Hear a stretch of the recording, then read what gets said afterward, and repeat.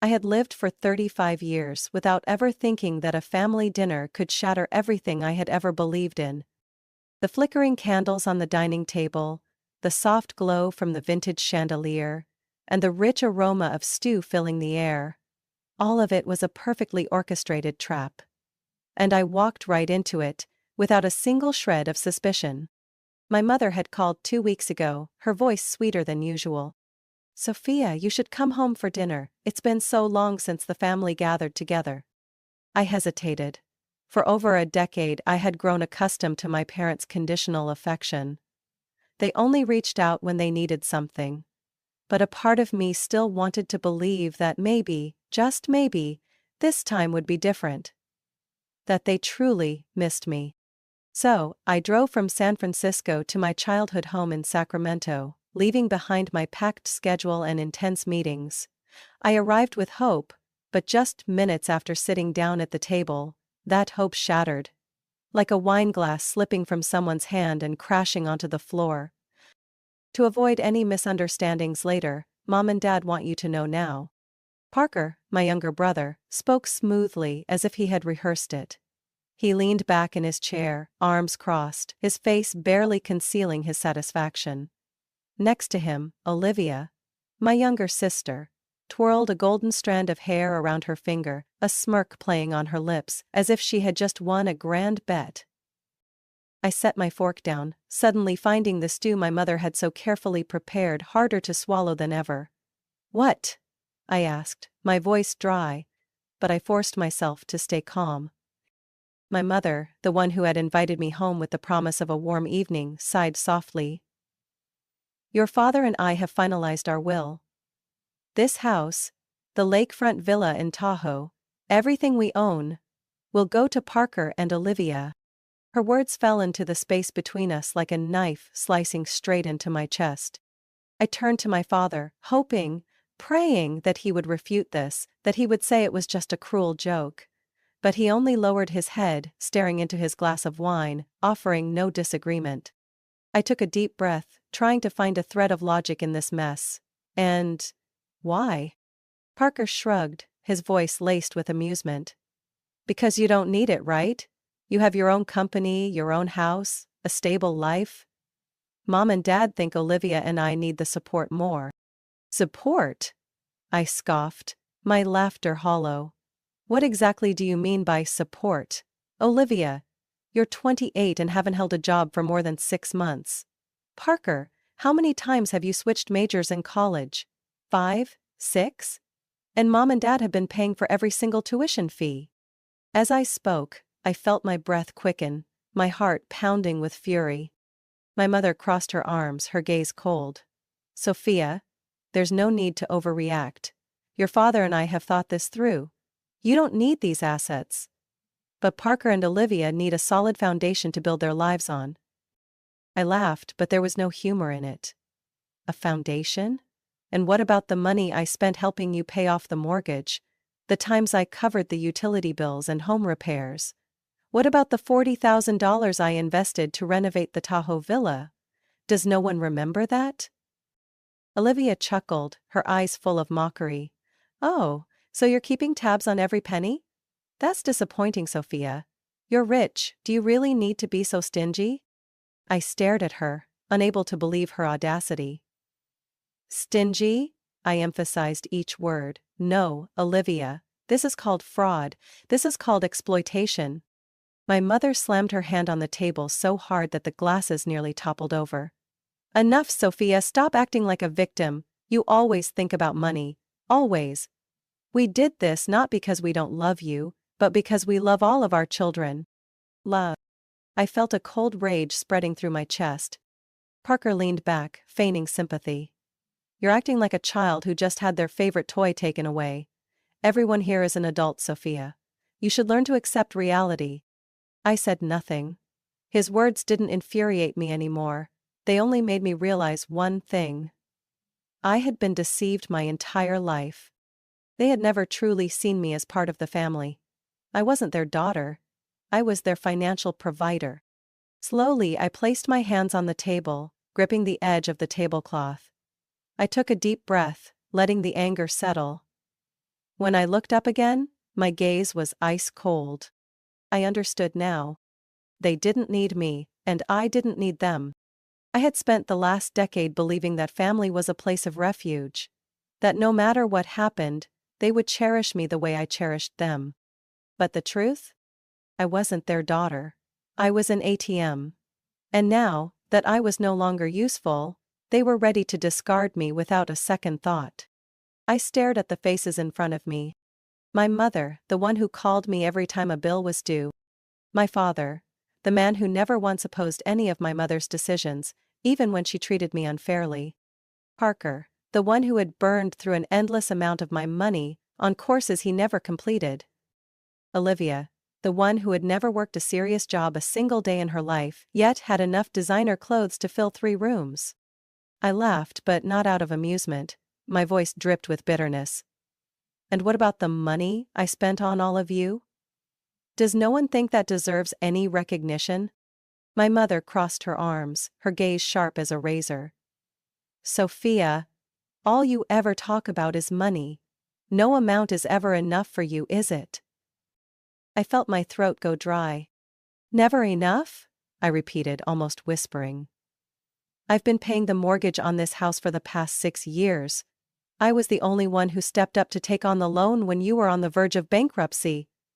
I also paid for the renovations on the Tahoe Villa because you said you wanted to keep it as a family asset. And now, I'm not even considered part of this family. Olivia shrugged, raising an eyebrow with mock indifference. No one forced you, Sophia. You just like playing the hero. That sentence felt like a slap to my face. You're right, no one forced me. I met her green eyes, searching for even a trace of remorse, but finding only ridicule. I did it, because I thought family was supposed to support each other. But I was wrong. I was the only one making sacrifices, while the rest of you only knew how to take. Parker scoffed. You're acting just like a child who lost their favorite toy. I felt the rage building in my chest. A toy? I enunciated each word, feeling the heat rise to my face. I've spent nearly $500,000 helping this family over the past decade. I put my dreams on hold, passed up chances to travel, to buy a bigger home, to invest in my own future. All so that you wouldn't have to struggle. And now, you call me greedy just because I asked for a little fairness? My mother shook her head, sighing as if I were some pitiful fool who couldn't understand reason. Family is about love, Sophia, not money. I let out a hollow laugh. Love? I looked around the room. The house I had poured so much time and money into maintaining. If that were true, then why does love only seem to matter when it comes from me? Why am I always the one making sacrifices? No one answered. No one ever answered that question. A cold silence filled the room. I could see it in their eyes. They felt no guilt. They didn't think they had exploited me, they were just annoyed that I dared to demand fairness. A sharp pain clenched in my chest. Why had I ever thought they would change? I took a deep breath and stood up. The chair scraped against the hardwood floor, the screeching sound cutting through the tense air. I've heard enough, I said coldly. I'm done. My mother blinked. What did you just say? I met her gaze, my words slow and deliberate. I'm done. I have no more obligations to any of you. Parker laughed, but there was something uneasy in his tone. What? You're going to cut off the family just like that? I stared at him, unblinking. Yes. And you'll soon understand exactly what that means. I turned on my heel, not waiting for their reaction.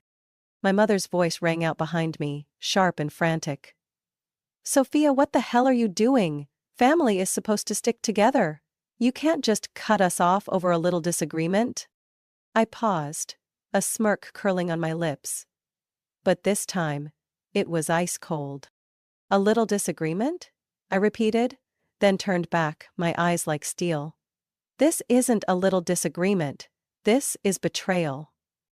I walked swiftly toward the door, but before I crossed the threshold, my mother's voice rang out one last time, filled with anger and warning. If you walk out that door, "Don't ever think about coming back." I didn't stop. I didn't need to go back. I had all the answers I needed. Driving back to San Francisco, I felt my chest tighten, as if a boulder was pressing down on me. My mind spun with the bitter words from dinner, the disdainful looks from Olivia, Parker's smug smirk, and the suffocating silence of my parents. The buildings blurred past my car window, the streetlights stretching endlessly along the boulevard like hollow streaks of light. I used to call that house my family, but now, it was nothing more than a black hole that had swallowed every ounce of my effort and love. When I got back to my apartment, I tossed my bag onto the couch, poured myself a glass of wine, and sank into the sofa. A long sigh escaped my lips. I didn't even have the energy to be angry anymore. Only exhaustion and weariness remained. Then, I opened my banking app. $2,100 per month. That was how much I had been paying for them all these years. $1,500 for the mortgage. $600 for utilities. Electricity, water, internet, maintenance. Not to mention all the extra expenses, Parker's tuition, the expensive gifts my mother suggested during the holidays, the vacations they invited me on, only for me to end up paying for everything. A wave of betrayal surged through me, burning hot and thick in my throat. I had poured everything into this family like a fool, while to them, I was nothing more than a walking wallet. I tapped the Cancel Recurring Payments button. The screen flashed, confirming the cancellation. I stared at the words, "Successfully cancelled," and an unfamiliar sense of relief washed over me. It felt as if I had just severed an invisible chain that had bound me for years. But I knew they wouldn't let this go easily. The first call came the next morning. My mother's number, I ignored it. The second call. The third. The fourth. She didn't give up. By the fifth, I silenced my phone and let it go to voicemail. I made myself a cup of coffee, sat at the kitchen table, and checked my messages. "Mom, Sophia, I can't believe you did this. Do you have any idea how much the house is struggling?" "Mom, don't be so selfish. Family is supposed to help each other." "Mom, call me back." I set my cup down, closed my eyes and took a deep breath. I figured she had found out by now. A few minutes later, my phone buzzed again. This time, it was my father. I stared at the screen, feeling my heart sink. If it had been in the past, I would have answered immediately, but now? I knew he wasn't calling to defend me. I let it go to voicemail. A while later, I played the message. "Dad, Sophia. You need to reconsider. Your mother is very upset. You can't just cut ties over a small misunderstanding. We're family."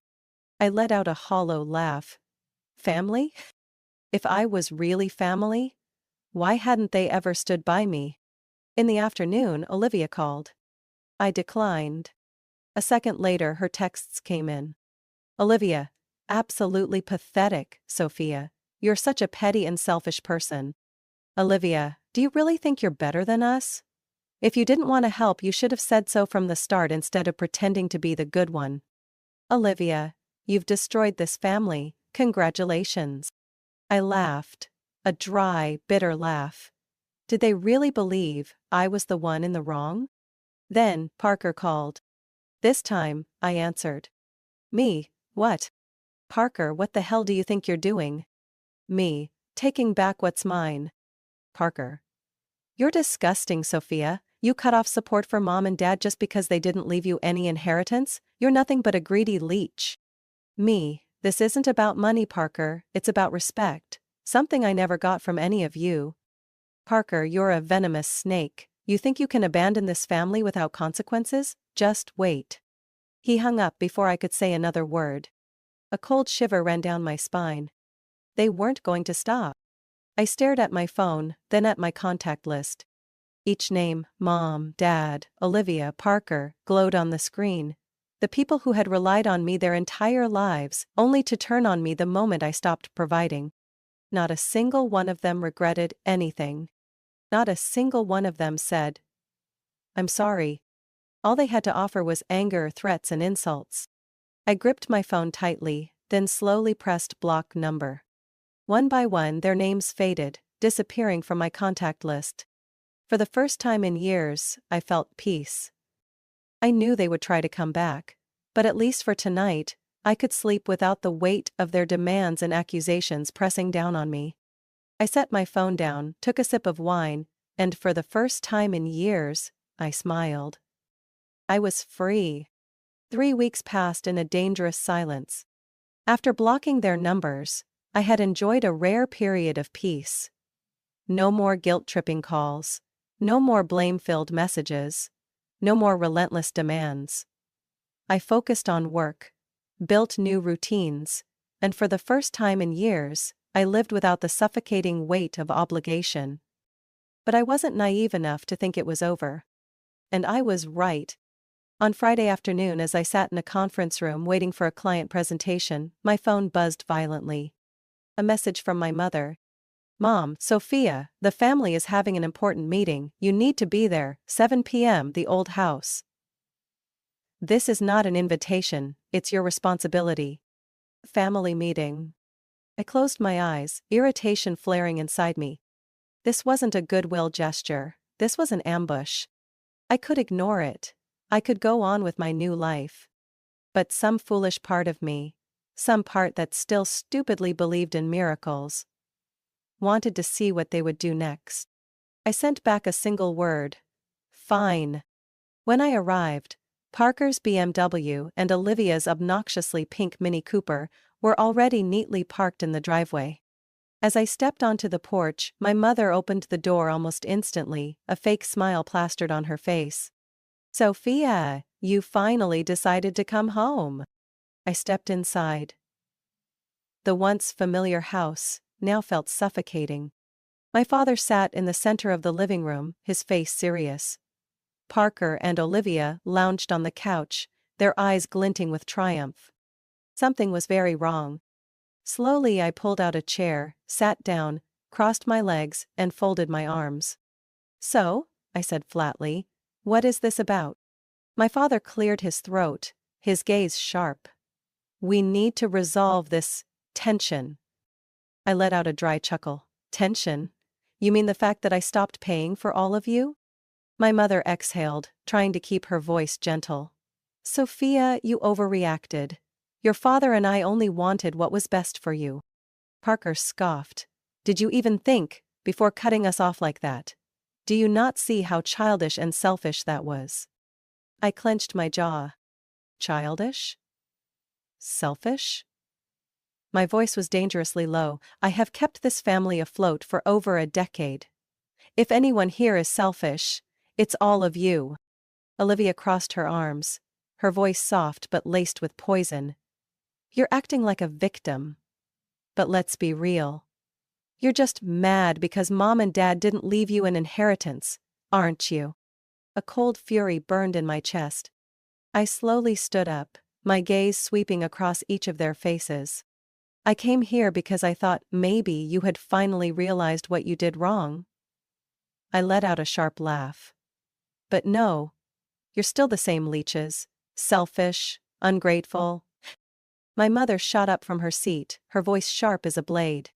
"If you walk out that door, don't expect to be welcomed back."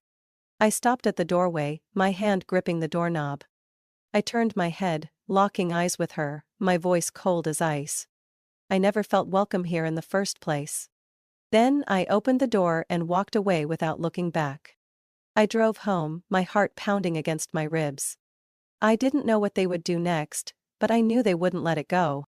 And just as I expected, the moment I arrived at my apartment, I froze. My door was sealed shut. A thick layer of grayish-white expanding foam covered the entire doorframe, spilling over the edges, hardened like cement. Someone had deliberately sabotaged my home. I didn't need to ask who. My grip tightened around my phone, fury boiling in my veins. I opened my security camera app, my pulse racing as I rewound the footage. There he was. Wearing a gray hoodie and a baseball cap, grinning smugly as he held a can of expanding foam, spraying it all over my door. My hands clenched into fists. Did they really think they could intimidate me? Did they think I would crawl back, begging for forgiveness? No. I wasn't letting them get away with this. I stood in front of my sealed door, my breath heavy with anger. I wasn't shocked, nothing about them could surprise me anymore. But I was furious. Not because of their childish antics, but because of their arrogance. The sheer stupidity of thinking they could do this and face no consequences. I reopened the security app and fast-forwarded through the footage. Just as I suspected, Parker appeared on the screen. Wearing a gray hoodie, his cap pulled low to hide his face, but I recognized his lazy gait. I recognized the smug smirk as he aimed the nozzle at my door, flooding every crevice with foam. Every movement was an insult. He did this because he thought I wouldn't fight back. He was wrong. Calmly, I saved the video, took clear screenshots of his face, and immediately called the police. 30 minutes later, a young police officer stood in front of my apartment, his expression a mix of sympathy and professionalism. I showed him the footage, explaining the situation in crisp detail. "Do you want to file a formal complaint?" he asked, his tone neutral but hesitant, as if hoping I would let it slide. I let out a cold chuckle. "I didn't call you here for a friendly chat." He nodded, flipping open his notebook to start an official report. "Parker, that's your brother, right?" I met his gaze, my voice ice cold. "Not anymore." The next morning, my father called. "Dad.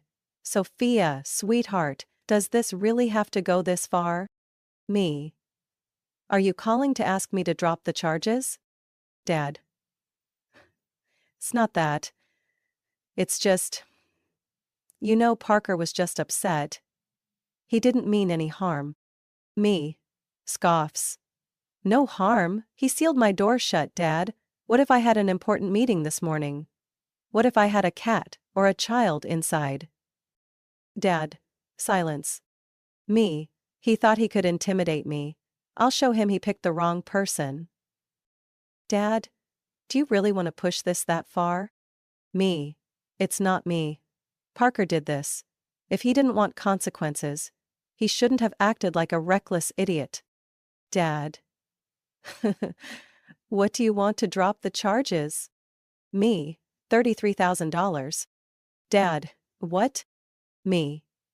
"That covers the cost of repairing my door, legal fees if this drags out, and damages for harassment. I'd say that's a pretty reasonable number." Dad. "This is extortion." Me. Chuckled coldly. "No, Dad, this is consequences." Dad. "Parker doesn't have that kind of money." Me. "Then you and Mom can help him out. You've been covering for him his whole life. This is just one more time." Dad. Claudine gripped the Sophia. "You're tearing this family apart." Me. "This family tore itself apart a long time ago." 3 days later, my account received exactly $33,000, transferred from my parents' joint account. No messages from my mother. No complaints from Parker. Even Olivia, who relished every opportunity to be cruel, was completely silent. They thought that sending the money would make me go away. But what they didn't understand was this: I didn't need them anymore. I stood in front of my apartment door, now fully repaired, my fingers running over the smooth surface. The $33,000 wasn't the important part. What mattered was that, for the first time, they had been forced to take responsibility for their actions. They could hate me, they could call me a traitor. But for the first time in my life, they couldn't force me to obey. I smirked, taking a sip of wine. They thought they could break me. But in the end, they were the ones who lost. I had thought that after sending the $33,000, they would finally leave me alone. But I had given them too much credit. Losing money was one thing. Losing control? That, they couldn't handle. And when they could no longer manipulate me with their usual tricks, they played dirty. It started with a flood of hypocritical messages from distant relatives, whose faces I could barely remember. "Aunt Susan, Sophia, I'm very disappointed in you. Your parents sacrificed their whole lives for you, and this is how you repay them? Uncle Mark, Sophia, don't let money make you lose your humanity. Remember, family is forever." Cousin Rachel, I can't believe you're heartless enough to abandon your parents like this. They're about to lose their home, don't you feel any guilt? I read each message, feeling both amused and disgusted. I knew exactly who was behind this. Mom. She couldn't win against me with logic, so she used the fear of social judgment to attack me instead. She had spun an entirely new narrative. One where I was the ungrateful daughter, abandoning my poor aging parents. So greedy and heartless that I cut off all financial support, leaving them on the brink of losing their home. A perfect sob story. Except for one problem. It wasn't true. I had carried their financial burdens for over a decade. I had paid their mortgage, covered their bills, funded Parker and Olivia. Without ever asking for anything in return. They weren't abandoned. They had used me. And I was done. I opened my laptop and logged into Facebook. I didn't post often, but today would be an exception. I didn't need them to love me anymore. I just needed them to lose the ability to twist the truth. My fingers moved swiftly across the keyboard, each word appearing on the screen, sharp, clear, leaving no room for deception. I tried to be a good daughter, but they never truly loved me. For over 10 years I paid hundreds of thousands of dollars for my parents, covering their mortgage, bills, and even my siblings' tuition. I never complained, because I believed families should support each other. But when my parents wrote their will, they left everything to Parker and Olivia. When I asked why, their answer was, because you have a career, you don't need it. When I protested, they called me selfish. When I stopped financing them, they called me a traitor. And now, they are spreading lies that I abandoned them, that they are about to lose their home, that I am a heartless daughter. Here's the truth. They are not losing their home, they are only losing the free financial support I provided for years. I'm not sharing this for sympathy, I'm sharing it for anyone else who has been exploited by their own family to know this. You do not have to keep suffering. Setting boundaries is not ungrateful. Refusing to be used is not betrayal. And sometimes, family isn't defined by blood, but by those who truly respect and appreciate you. I have walked away from their lives. And I have no regrets. I hit post. Within an hour, the post had hundreds of shares and thousands of comments. Some were supportive. I've been in your position, stay strong. You don't owe them anything. You've done more than enough. I admire your courage for speaking out. Others were critical. Family may be flawed, but they're still family. Don't air out your dirty laundry like this. She's just looking for attention.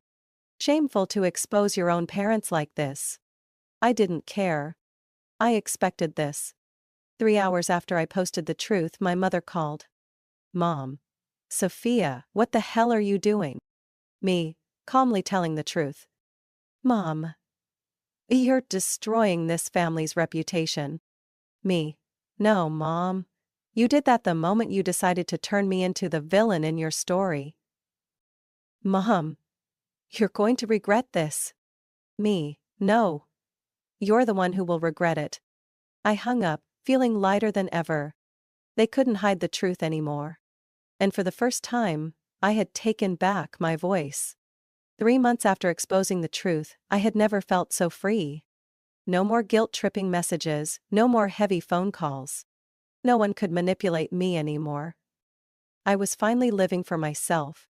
At first, the emptiness was strange. Losing a family, no matter how toxic, still left an odd void. But then I realized it wasn't a loss.